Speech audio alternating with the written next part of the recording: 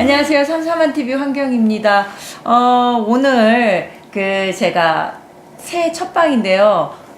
새해 이제 여러분들 좀 더 멋지고 좋은 한 해 되시라고 아주 특별한 분을 모셨습니다. 네, 사진작가 윤명신 선생님이십니다. 안녕하세요. 네. 반갑습니다. 저 책에서만 보고 이렇게 직접 뵙게 돼서 너무 저는 개인적으로 영광입니다. 그러니까 일단은 선생님 작품을 좀 먼저 보도록 하겠습니다. 네.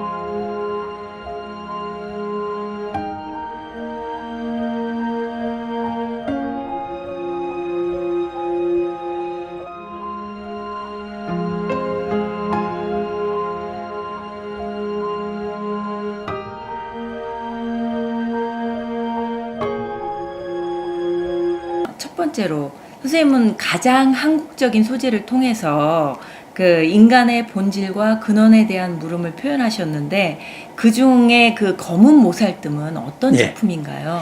검은 모살뜸은 제주도에 가면은 그 모래사장이 있는데 세 군데가 그 모래들이 까만 모래들이에요. 그러니까 그 제주도에 그 화산, 그 용암들이 그 검은 거 있죠.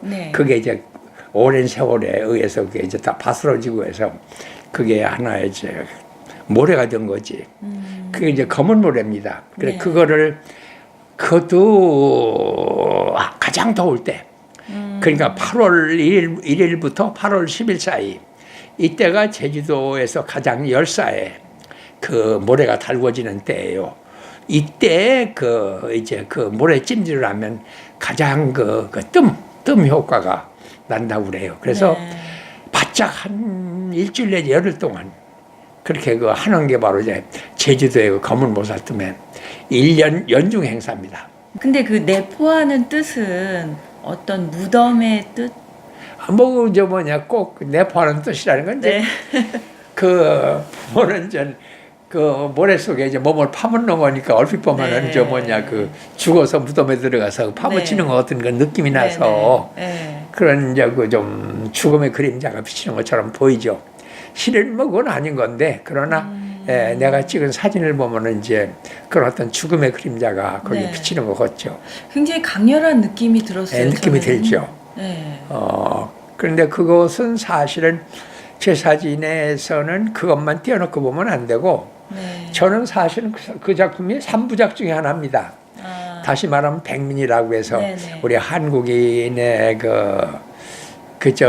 뭐라고 그럴까, 한국인의 특이한 그 몸짓, 한국인의 표정, 한국인의 어떤 뭡니까? 참 사람이 변해요. 요새 사람들이, 한국 사람들이 이제 얼굴들도 변하고 다 변해요. 맞아요.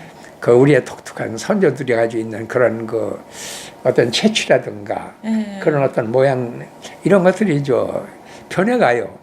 그래서 제가 70년대 말부터 이거를 그러기 전에 사진으로다가 이거는 이제 담아내야겠다고 해서 그 작업을 한 건데 그것의 일환으로 이제 이어진 게 검은 모살뜸이고 그다음에 장승이고 그래서 저의 사진에서 지금 말씀하시는 검은 모살뜸은 그걸 하나로 띄워놓고 보시지 마시고 네. 장승과 그 다음에는 저 백민? 백민이라고 하는 네. 이 삼부작이 하나로 아우르는 사실 우리나라 우리의 네.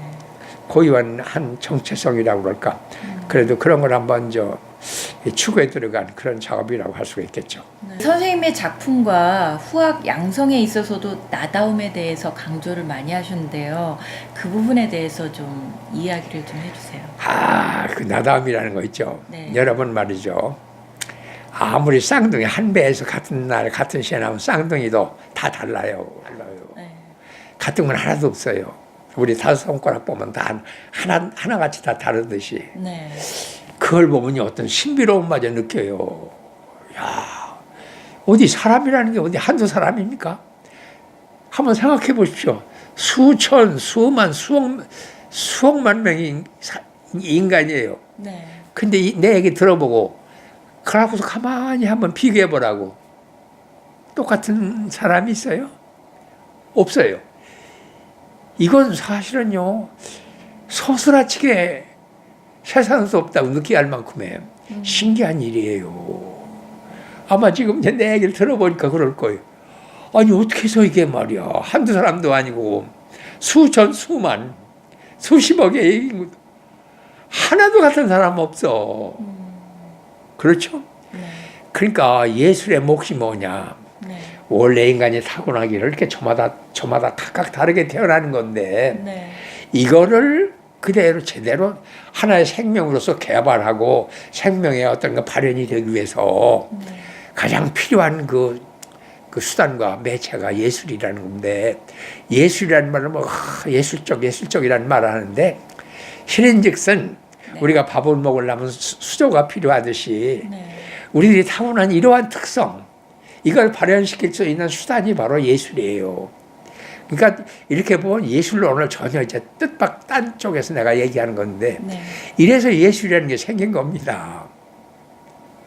만약에 똑같아서 보세요. 예술 필요 없어요.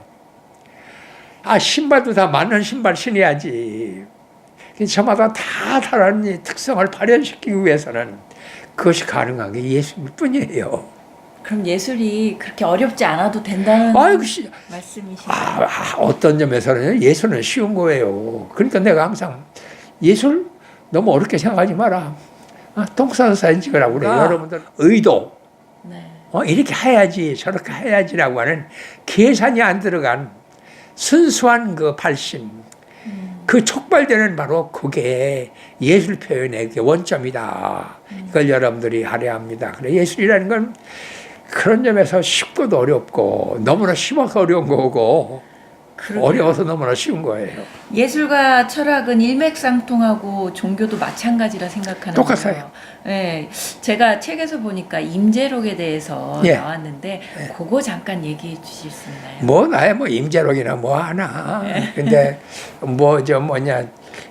부처를 만나면 부처를 죽이고 뭐 사부님을 만나면 사부님을 죽이라고 했죠.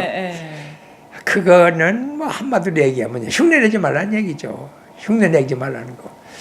아까 자기다움을 표현하려고 한 말에 뒤집어푼 말이에요. 그러니까 누구 도매금으로 넘어가지 말라는 거예요. 그리고 예술의 사회적 가치. 네. 예술이 우리가 돈이나 우리가 중요한 안 먹으면 안 마시면 못 살면 물이나 네. 또는 그밖에 우리에게 안 먹으면 안 되는 건 쌀처럼 네. 예술도 그만큼 우리의 삶에서는 필수 불가결한 거다. 그건 왜 그러냐? 이 예술의 효용성이라는 게 뭔지 아냐? 인간이 가지는 어떤 내면적인 생명 욕구, 근원적인 생명 욕구를 가장 커서 어떤 속박 없이 네. 그대로 풀어낼 수 있는 그 유일한 수단이 예술이다. 그렇기 때문에 예술의 존재의 가치가 있는 거지. 이건 내가 한 얘기가 아니고 유명한 프로이드가 한 예술론이야. 여러분, 프로이드가 한 예술론은 쉽게 얘기하면 그거예요. 어떤 그 인간이 가지는 생명의 근본적인 원초적인 욕구 있죠. 네. 욕구의 발현. 그래서 이게 내가 똥 싸서 사진 찍으라는 말하고도 거기가 접전이 닿는 부분인데 프로이드는 그거예요. 예술이라는 게 어릴 때 나는 막 어서 젊먹을 때는요 오줌을 싸도 부모들이 뭐라고 안 해요. 또 그냥 뭐가 싫으면 울어도 그냥 달래지. 근데 이제 서너 살 먹으면 오줌 싸면 이제 큰일 나요. 혼나. 또 몇 살 더 먹으면 이제 여러 가지 이제 하지 마라 하는 여러 가지 이제 사회적인 규범이 늘어나요. 그리고 이제 한 14살만 먹으면 이제 한 어엿한 사회적인 일원으로서 이제 어떤 규제되는 일들이 많아요. 그러다 보면 자연히 인간이 관련 본능적인 욕구라는 것이 이제 그 제압당하게 돼 있어요. 그러면은 이 욕구가 어딘가 발산이 돼야 하는데 안 되면 이게 어떻게 되겠어요? 마치 우리가 그 배변 안 하면 안 되잖아요. 네. 반드시 배변을 해야 하듯이 네. 바로 생명의 근원적인 욕구의 발산 이 수단과 유일한 통로가 바로 예술이라는 수단이다. 만약에 말이야 예술이라는 수단이 없었으면은 엄청난 범죄가 늘어날 것이고 또 엄청난 것 정신적인 말이야 그 질병을 앓는 사람도 있을 것이고 사회적인 부조리의 일들이 많을 거다. 이건 간단히 비치면 난 그런 생각한다. 서울 시내에 법원도 법의 어떤 그 정의를 실현하는 그 법원이라든가 법의 질서를 지키는 경찰서라든가 이런 것도 많이 하지만 그와 못지않게 술집이 많이 한다. 막걸리 거기서 마시면서 토로하고 쏟아내는 말이지 그 마음에 그 울적한 그런 그 응어리들을 풀어내는 그게 병원 10개만큼 막걸리집 10개도 그만큼 중요한 것이고 경찰서 10개만큼 중요한 것이고 예술이라고 하는 수단 자체도 그만큼 중요한 거다. 그 예술은 사치도 아니고 필요 불가결한 인간의 생명 욕구에 없어서는 안 되는 절대적인 것이다. 이렇게 봐야 한다. 그러니까 누가 어떤 그 예술가만이라는 특정 집단의 전유물은 아니고 아니지. 누구에게나 다 그렇게. 근데 그 얘기도 그래. 예술가만의 특유한 전유물이 아니라는 건요. 간단해요. 지금 내가 손바닥 두드렸죠. 네. 이거 만약에 두 손바닥에 이렇게 맞으셔서 소리가 나죠. 네. 만약에 예술가만 있고 그 예술을 감상하는 감상자가 없으면 그 예술이 성립됩니까? 예? 또 보십시오. 내가 어떤 예술가 보고 내가 아주 크게 한번 내가 아주 그냥 나무랄 정도로다가 공격한 적이 있어요. 예술가들은 말이야 쓸데없는 자존심이 많고 예술이라는 걸 대단하게 생각하는데 예술가도 사실은 별거 아니라고. 왜냐? 당신만큼의 감성이 없다면은 당신이 느꼈던 그 느낌을 어떻게 그 당신의 시를 읽고 감동했겠는가. 이 지점을 당신이 놓치지 마라. 그 사람은 당신하고 똑같은 감성에 같은 레벨이 있다는 걸 알아라. 당신의 차이는 예술가로서 유일한 차이는 언어를 가지고 당신이 느낀 바를 상대방한테 전달할 수 있는 기술자라는 것뿐이야. 당신이 혼자 아무리 그런 명시를 발표를 했다고 하자. 그걸 감상할 수 있는 말이지. 그 능력이 없으면 다시 말하면 정확하게 당신만큼의 예술적인 감성이 없다면 당신은 존재할 수가 없어. 그러니까 당신의 카운터파트 이것이 당신의 예술을 읽어주고는 감상자야. 그러니까 예술가는 그 감상자 앞에서 하나도 더 우수하다는 우월감을 가져서는 안 돼. 똑같은 공동의 카운터파트라는 사실을 알아야 돼. 내가 이런 얘기를 해요. 선생님은 그 노장 사상 얘기를 하셨는데 선생님이 무의자연처럼 지금 살고 계신지 궁금한데요. 그거요. 내가 평생을 참 내가 노자하고 장자를 만난 건 대학 때 만나는데 제가 이제 영문과를 다녔지만 3학년부터 4학년 4학기를 철학과에 가서 이제 노원호부터 대학하고 그다음에 노자 장자까지를 영문과 학생이 학점을 땄어요. 노자 장자 공부도 하고 그러고 단순히 그냥 내가 노자 장자를 한 게 아니고 그때 이화대학의 그 김웅호 교수라고 하는 분이 목사예요. 근데 그분이 연대 와서 그 강의 동양철학 강의란 특이한 분이에요. 근데 그분이 누구 제자냐면 함석권 선생의 스승인 유영모 선생이라고 있어요. 그분의 그 제자입니다. 그래요. 김웅호 목사가. 그래서 이대에서는 아주 유명한 사람이에요. 목사인데 유교에 탈통하고 그 다음에 불교에 탈통하고 노자장자에 탈통한 사람이에요. 네. 이분을 내가 만나요. 아하. 그래서 나중에 내가 이제 내 학기를 이분한테 들으니까 철학과 학생들 다 체크해놓고 내가 이제 그 양반한테 제일 이제 그렇게 내가 이제 대학 생활을 했어요. 네. 그때 나중에는 바로 이제 김웅호 선생이 4학년 졸업 맡을 때가 되니까 자네 내가 이제 졸업 맡으니까 인수인계를 자네를 내가 해야 하니까 나 따라오라고 하더라고. 근데 그 갔어. 어디 가니까 그 조그마한 초란 초가집이 있는데 네. 갔더니 달마처럼 생긴 짱구의 할아버지 한 분이 딱 앉아 있더라고. 이분한테 인사하라고 그러더라고. 했더니 스승님 그러더니 얘가 지금까지 저한테 노도장녀를 배웠는데 이제 졸업을 합니다. 그래서 선생님에게 이제 인수인계하러 왔습니다 그러더라고. 그래서 내가 이제 그 유영모 선생 네. 노자 강의를 이제 그렇게 인수인계를 선생님 해주셨어. 유영모 선생님 직접 만나보셨어요? 네? 유영모 선생님 만났지. 만나보셨어요? 만났지. 전 책으로만 봤고. 유영모 선생 만났지. 만났고 그랬더니 내가 지금 일기를 지금 매일 안 빠지고 써요. 일기를 대학노트 한 페이지를. 그때 선생님 그 김웅호 목사님이 네. 선생님의 그 일기를 좀 이 학생한테 좀 보여주면 안 되겠습니까? 그래. 괜찮아. 그래. 보여주더라고. 그래서 보니까 그때 일기를 내가 봤어.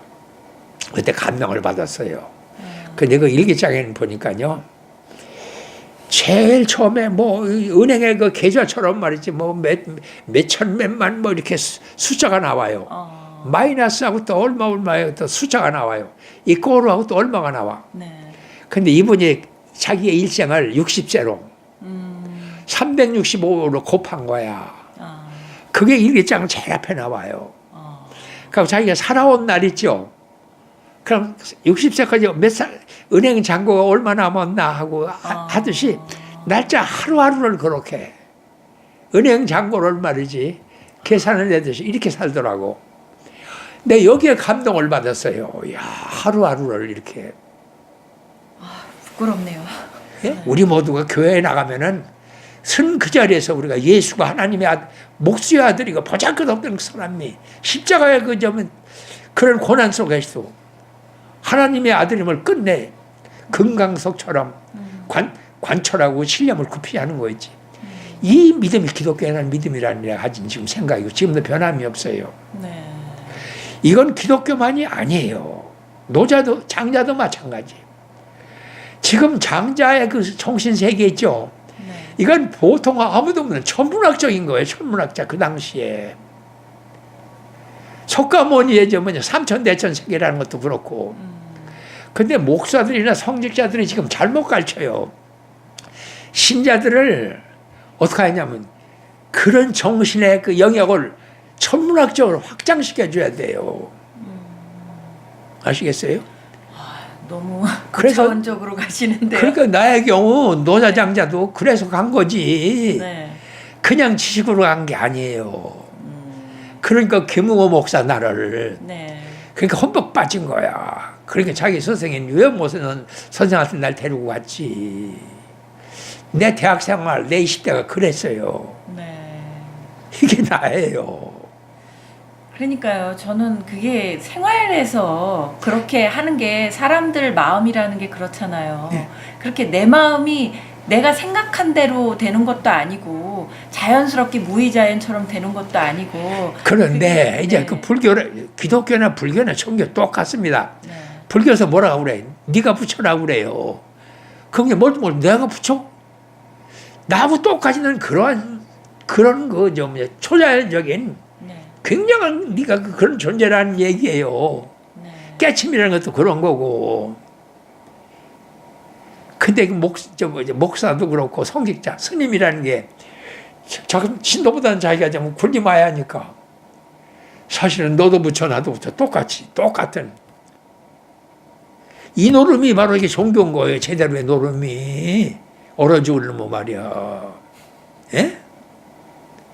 나는 이런 신바람 있지. 이 범우주적인 이 신바람 있지. 이것에 그냥 반해가지고 이런 짓 하고 앉은 거야. 새벽에 왜 3시 일어나는 이유가 그거고. 나야, 뭐, 하루에도 이제 새벽에도 하고 여기 와서 이런 짓 하는 게. 이렇게 그냥 내가 그래. 우리나라에서 오늘 불교 신자들이 천문대 말이야. 천문학자만큼도 우주의식이 없다고 그래. 얼만큼 우리가 이 세상에 와서 오줌 싸고 한번 가는 말이 왔다 가는 세상을 겨우 여기서 못 벗어나. 에? 종교가 뭔데? 영원한 지금 순간 여기. 시간 과거도 없고 현재도 없고 미래도 없는 지금 여기. 여기도 아니고 저기도 아니고 바로 여기. 이걸 내가 언제 깨달았냐면요. 학교 다닐 때 구약 성경 큰 책이 있었어요. 그 참 드라마틱했어. 그걸 쭉 보고 있는데 개미새끼 한 마리가 어디서 나타나고 걸어가더라고. 이놈 자식이 왜 이렇게 해서 훅 부르니까 저쪽으로 가. 한참이 또 나타나. 그걸 한참 보고 있다가 이거다. 이게 나고 보고 있는 내가 하나님이구나. 이 개미가 내가 되면 되겠구나. 그걸 내가 봤어요 그때. 에? 그랬더니 우리 김목호 선생님이 당신 머리가 뭔가 좀 본 거라고 그래. 보긴 난 그런 생각을 한 적 없고. 그 대신에 이제 세계지도 있죠. 세계지도. 네. 세계지도를 놓고 학생들을 보고 그래요. 너희들 세계지도 잘 봐라. 너희들 앞에서 세계지도를 본다는 게 이거 엄청난 기적이라는 걸 알고 있으라고 그래. 야, 너 세계가 얼마나 넓으냐, 이 세계라는 게. 이걸 네 한 시야로 다 보고 있잖아. 이게 알고 보면 어마어마한 거야, 이게. 손바닥에다 올려놓고. 우리가 이 세상 살고 갈 때도 이렇게 내 하루하루를 보고 내 삶의 모든 걸 이런 차원에서 이거 하나하나를 봐야지. 이게 종교고 한 세상 왔다 가면서 내가 나답게 자유롭게 살아가는 거지. 갈수록 그 예술의 경계라는 게 예. 점점 이제 없어지고 있잖아요. 없어지죠. 추세가. 네. 그럼 어떻게 좋다고 봐야 하는 걸까요? 그거 좋다고 나쁘다고 얘기하면 안 돼요. 그건 예술의 영역의 확대예요. 예술의 영역의 확대예요. 여러분요, 그 얘기 내가 쉽게 설명할까? 옛날에는 네. 그 아리스토텔레스의 그 미학이라는 거 있죠. 네. 보면은 범주가 4개밖에 없어요. 범주가 비극미, 희극미, 그 다음에 하여튼 범주가 4개밖에 없어요. 네. 근데 19세기 이제 과학이 발달이 되면서 추라고 하는 거, 추. 네. 추라는 게 추미로 이게 추가가 돼요. 예를 들어 보드레르의 시라든가. 근데 19세기에 리얼리즘이 등장하면서 이제 옛날에는 아름다움. 네. 여러분요, 19세기 이전까지는 모두가 심지어 셰익스피어도 그렇고 우리나라의 소설도 그래요. 우리나라에서 판소리에 나오는 춘향전, 홍부전, 놀부전 있죠. 전부가 뭡니까? 그 당시 유교 문화권에서의 가장 중요한 덕목이에요. 춘향전에서는 정절을, 흥부전에서는 후회를, 그 다음에 수군가, 이건 왕에 대한 충성을. 여러분, 그거 별거 아니에요. 제껴놓고 보면 그거예요. 그 시대의 그 미덕 있죠. 네. 그것이 그대로 정착이 된 거예요. 오히려 그 판소리에서 말이죠. 원래가 판소리가 올해가 12마당인가 그래요. 네. 나중에 5마당에 6마당으로 줄어드는데, 네. 이유가 뭐냐면 나머지 있잖아. 장승 타령이니 배비장 타령이니 다른 것들은 유교적인 요소로 보면 굉장히 의선스럽고, 아시겠어요? 네. 그러니까 그 자연이 그 문화를 향유하던 양반들이 네. 이렇게 이 소외하다 보니까 그게 지금 발달 안 되고 이렇게 그게 이제 전하지 않는 거예요. 그러니까 그전까지는요, 네. 이게 예술이었어요. 그런데 19세기 넘었으면서부터 이제 예술이라는 건 인간이 가지는 삶의 밑바탕, 아름다운 거, 추한 거, 부도덕한 것까지도 다를 이젠. 그렇죠? 네. 다. 그래서 내가 학생들 보고 그래요. 서라벌 여대를 처음 서라벌 대학을 처음 가니까 애들이 날 붙들고 늘어지면서 말이야 막 사정을 하는 거야. 교수님, 열극과 애들이요, 문창과 애들이 찰가닥도 무슨 예술이냐고 그럽니다, 이거야. 그러면 할 말이 없습니다. 이걸 가지고 부들부들 늘어지는 거야. 그래서 내가 할 말이 있다. 그럼 내가 시키는 대로만 해. 그랬어요. 애들 보고 너 김동인이의 감자가 예술인가 아닌가 물어봐라 그래. 김동인의 감자. 그 주인공이 뭐예요? 아주 그냥 그 걸레 그냥 걸레같이 이렇게 그냥 막 굴어먹은 여자 아닙니까? 그 마지막에 이제 중국 그 어떤 남자한테 찔려서 죽죠. 다른 중국 왕서방이 다른 여자하고 이렇게 사귀는 걸 시샘해서 뭐 하니까 그 중국 왕서방한테 찔려 죽어. 네. 이게 김동인의 감자예요. 네. 그 감자 그 제목이. 네. 물어봐라. 예술이지 그러면. 그 봐라 너희들 이 추한 마치 음식점에 찌꺼기 있지. 찌꺼기 넣으면 하룻밤 자고 나면 어떻겠냐. 말개죠. 내가 휘저으면 명태 창자 터진 것도 나오고 그다음에 지뢰도 나오고 쭉 나오지. 리에즘이라는 게 뭐냐. 다 휘저어서 그걸 다 나눴지 그대로. 그 리에즘 아니냐. 노래. 셰익스피어도 보면 말이다. 그 사대벽이라는 게 전부 다 그 당대 전범, 규범되는 주인공들이야. 네. 가장 용맹스럽다든가, 가장 현명하다든가 그런 거지. 보잘것없고 저 밑바닥 인생이 아니야. 그러니까 지금 나한테 물어서 예술이라는 게요. 이제는 아름다움만을 추구하는 게 아니고 우리 삶을 점점점 깊이 있게 넓게 그렇게 이제 파고 들어가요. 그래서 그림만 하더라도 반드시 이거는 저 히람 로마 시대부터 20세기까지 피카소 그린 거지요. 벽에다 걸어놓고 거리를 떼어놓고 감상하는 게 그림이에요. 근데 이제 1960년대가 되면 어떻게 됩니까? 이제 벽에 있던 것들이 땅바닥으로 걸어 나와요. 심지어는 화가가 그리지 않고 퍼포먼스를 해요. 설치 미술을 하고 또 대지 미술하고. 그럼 이게 뭡니까? 이게 더 예술을 우리 삶의 한복판으로 끌어들이고 우리 예술 자체를 어떻게 그대로 구현시키는 이렇게 예술이라는 게 이제 신대 백남진이 이제 텔레비전 등장하면서 이걸로. 그러니까 우리들의 말이죠. 어떤 정서적인 감성을 카달시스를 할 수 있는 모든 수단은 모두가 예술이 될 수 있는 거예요. 그렇죠. 벽에다 걸어놔야만 그림이 아니고, 또 음악도 말이야 반드시 뭘 켜서 키는 게 아니라, 바이올린을 때려 부셔도 그렇고 피아노를 망치로 때려 부셔도 소리도 예술이 되는 거예요. 그만큼 예술은 어떻게 돼요 이제 어떤 통념을 깨고 그만큼 확장되는 것이고 심화된 거예요. 여기서 이제 제가 한 말씀 얘기하시죠. 근데 그 선생님이 판소리 좋아하시잖아요. 예.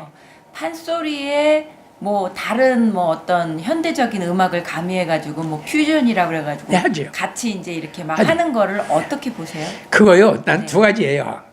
우선 그거는 하야 돼요 마땅히. 왜 하야냐면 이제 오늘날에는 오늘날 사람들의 감정이나 어떤 느낌을 표현해야 돼요. 이미 판소리는 이제 우리보다 100년 전 사람들의 어떤 정서적인 반응이에요. 그러면 이걸 가지고서 이제 오늘날의 판소리를 만들어야 돼요. 요새 국립극단에서요 근래 굉장히 의미 있는 그 창극을 했어요. 작년에도 하고 이제 굉장히 맥베스를 했어요. 맥베스. 창극을. 그걸 우리나라 소리로 해요. 아주 성공적이에요. 해물의 신이에요. 그런데 지금 그러려면 어떻게 하냐. 정말 판소리의 핵심을 터득하고 있는 사람이 야만 그런 어떤 형식을 빌려와도 그것이 거기에 밀리질 않고 우리의 그 판소리의 에센스에 그대로 융합이 되지.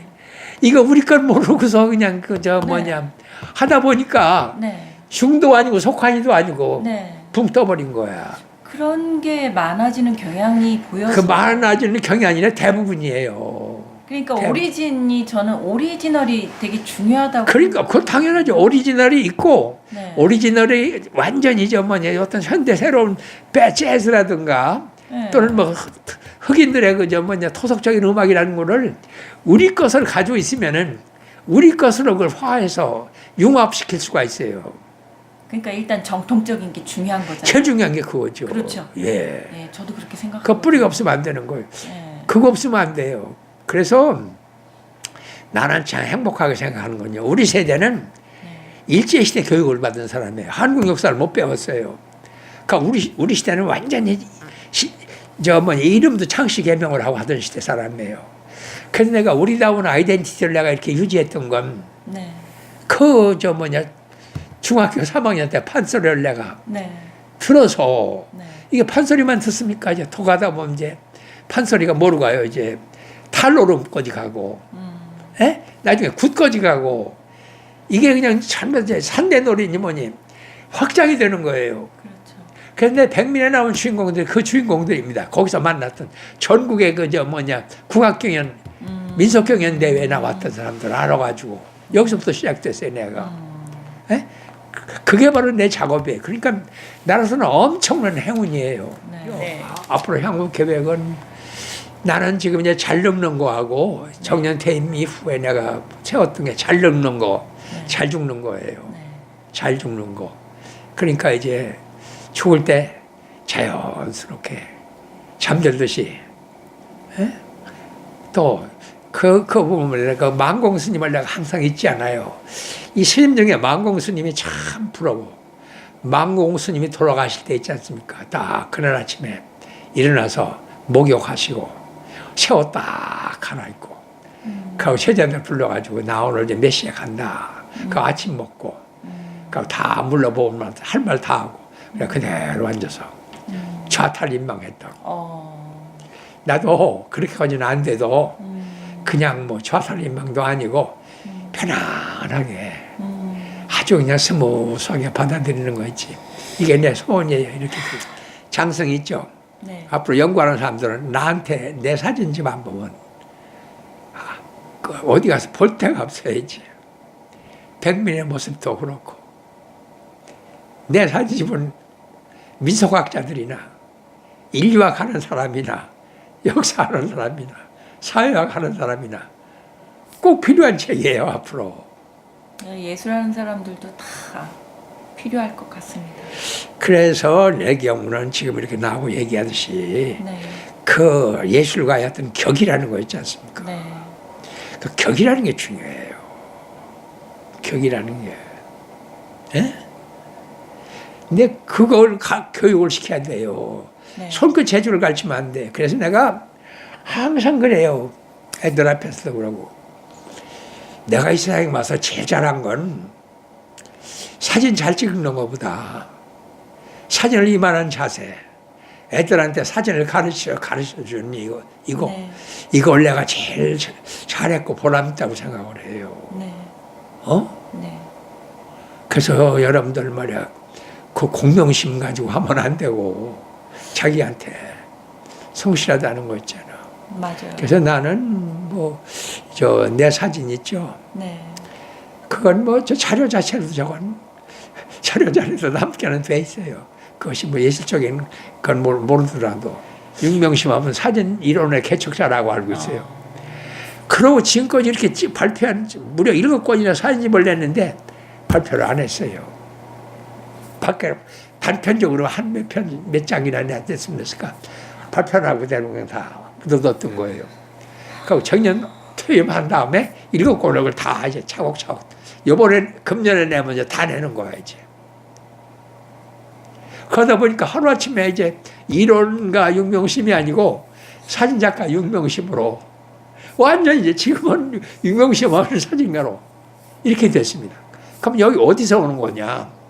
그럼 그렇게 많은 찍었던 사진을 한두 장도 아니고 한 테마도 아니고 다양한 걸 왜 지금까지 묵혀두고 놔뒀었냐? 그런 공명심은 하나도 없어요. 이제 정년 퇴임했으니까 이제 와서 이제 정리하는 거지. 좀 가면 갈수록 더 어렵고 이렇게 좀 힘들어서 막 별 얘기가 많이 나오고 많이 그런데 그 와중에서도 또 예술하시는 분들은 굉장히 더 많은 그런 어려움에 봉착돼 있는 걸로 알고 있는데 지금 그래도 예술계에서 좀 거장으로 이렇게 우뚝 서셨는데 그런 분들께 좀 좋은 말씀 한마디. 좋은 말씀이 날 거 없이 네. 예술을 왜 하느냐는 걸 알아야 돼요. 예술을 왜 하는 걸 다시 한번 마음속에 새겨야 돼요. 뭐하러 구태여져 돈도 안 생기고 네. 물론 그전부터는 그렇지. 그래도 꼭 이걸 한번 이거 하는 대로 이것의 그 핵심을 우리가 붙잡고 늘어져야지. 나답게 산다고 하는 거. 네. 그건 그저 뭐냐 자기가 할 얘기 있잖아. 네. 할 수밖에 없고 안 할 수는 없는 그 내 얘기 있잖아. 네. 이거 유일하게 하는 방법이 예술인데. 에? 그러면 죽지 않는 이상에는 예술을 한다고 그러면 그 일을 감내해내야지. 안 그래요? 네. 근데 이제 사람들이 내가 이제 예술가를 찍어보니까요. 네. 열 사람이면 한두 사람이야. 다가 예술이라고 하는 벼슬이, 꽁 벼슬이처럼 그 예술이라고 하는 그 벼슬이 있지. 그거 달고 다니면서 그 폼 내는 거 있잖아. 그 맛으로 해. 얘는 뭐, 열 사람 만나면. 근데 이제 한두 사람이잖아, 만나면. 네. 진짜가 있는 거야. 그러니까 그 진짜가 날 또 알아보는 거야. 그래서 그런 사진을 찍을 수 있었던 거예요.